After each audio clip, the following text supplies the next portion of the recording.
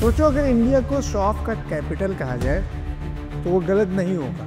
हमारे यहाँ एक कहावत है, जितनी चादर है उतना ही पैर पसारो।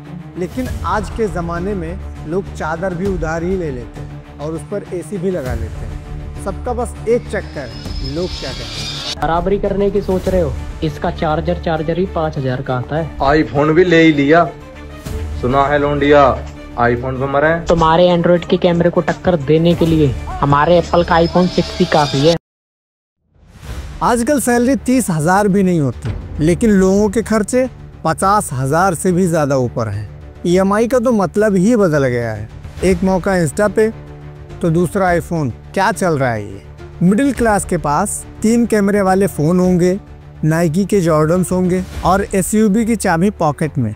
लेकिन जब इलेक्ट्रिसिटी का बिल आता है तो घर का फ्रिज बंद करके सो जाते हैं और घर का राशन वो क्रेडिट कार्ड पे आता है, क्योंकि सबको दिखाना है, जीना नहीं है।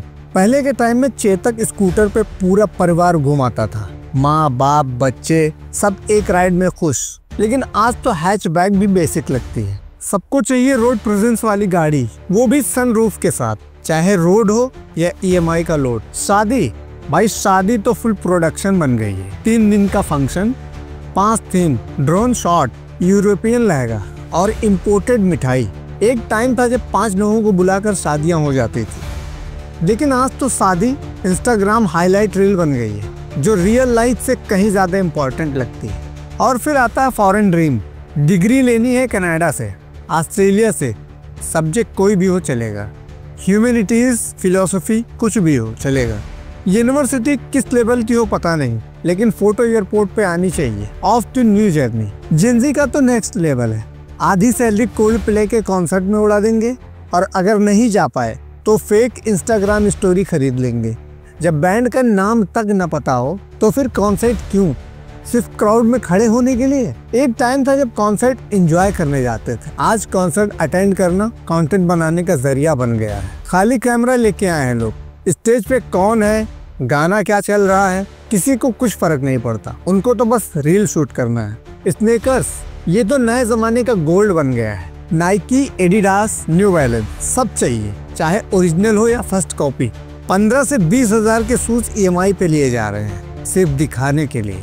पता नहीं कि रियल और फेक में क्या फ़र्क है, लेकिन जॉर्डन है भाई, स्टाइल का मैटर है। प्री वेडिंग शूट के लिए लोग स्टूडियो जाके फेक उदयपुर या बाली सेटअप में शूट कर रहे हैं और कैप्शन होता है lost in love, found in Udaipur, जबकि उनका एक्चुअल लोकेशन होता है मलाड स्टूडियो। और ट्रिप्स लोग उधार लेकर ट्रैवल कर रहे हैं ताकि #ट्रैवल डायरीज अपडेट हो। क्रेडिट कार्ड का तो पता नहीं, लेकिन इंस्टाग्राम पर सेंटोरिनी वाइब्स आनी चाहिए। अब बात थोड़ा सीरियस है। फाइनेंशियल लिटरेसी का टोटल क्रैश चल रहा है। लोग क्रेडिट कार्ड ले लेते हैं बिना टर्म समझे, लोन लेते हैं बिना इंटरेस्ट देखे, EMI ट्रैप में फंस जाते हैं और सोचते हैं सब ले रहे हैं तो मैं भी ले लूं। 2020 से 2024 के बीच क्रेडिट कार्ड के NPA 500% से बढ़ गए हैं। मतलब लोगों ने इतना उधार ले लिया है कि बैंक भी बोल रहा है भूल जाओ पैसा। तो सॉल्यूशन क्या है? स्टेप 1, लोन लेना है तो समझ के लो कि क्या नीड है या सिर्फ ग्रीड है।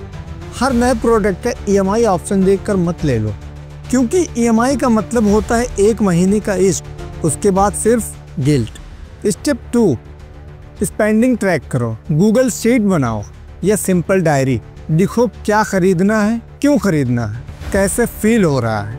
10 दिन में ही समझ आ जाएगा कि ज़्यादा खर्चा कहाँ हो रहा है। स्टेप 3, सोशल मीडिया का प्रेशर कम करो, क्योंकि हर किसी की ज़िंदगी इंस्टाग्राम जैसी नहीं होती। फिल्टर लगा के तो सभी कूल लगते हैं, पर रियल लाइफ में सबकी EMI चल रही है। तुम अपनी जर्नी पे ध्यान दो, सबका फेस अलग है। कंपैरिजन में टाइम वेस्ट मत करो। स्टेप 4, इम्पल्स बाइंग से बचने का सबसे बढ़िया तरीका, सो जाओ।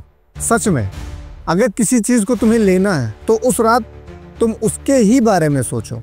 अगर अगले दिन भी तुम्हें लेने का मन करे उसे तो फिर ले लो, नहीं तो 80% केसेस में यही होता है कि मन हट जाता है। स्टेप 5, मंथली बजट बनाओ और अपनी ज़रूरत को समझो और ये सोचो कि तुम्हें आईफोन लेना है या अपना इमरजेंसी फंड बनाना है, बाली जाना है या हेल्थ इंश्योरेंस लेना है, ये आपकी मर्जी। ये सिर्फ पैसों की बात नहीं है, ये माइंड सेट की बात है। क्योंकि दिखावा सिर्फ कुछ पल का सुकून देता है, लेकिन फाइनेंशियल कंडीशन हमेशा की आज़ादी देती है। अपने पैसों को बचाओ, किसी और को दिखाने के लिए या किसी के लाइक कमेंट के लिए अपने पैसों को उड़ाओ मत। क्योंकि यही पैसा अगर तुम्हारे पास रहेगा तो आगे चल के तुम्हारी बुरी अच्छी हर कंडीशन में काम आएगा। क्योंकि शो ऑफ की दुनिया फेक है, रियल पावर तो तब है जब तुम शांति से ग्रो कर रहे हो बिना किसी दिखावे के। तो दोस्तों, आप सब किन में से हो, पैसा उड़ाने वालों में से या पैसा बचाने वालों में से? कमेंट्स में ज़रूर बताओ। और हमारी वीडियो पसंद आई हो तो इसे लाइक ज़रूर करो और ऐसी ही वीडियो देखने के लिए हमारे चैनल को सब्सक्राइब भी ज़रूर करो।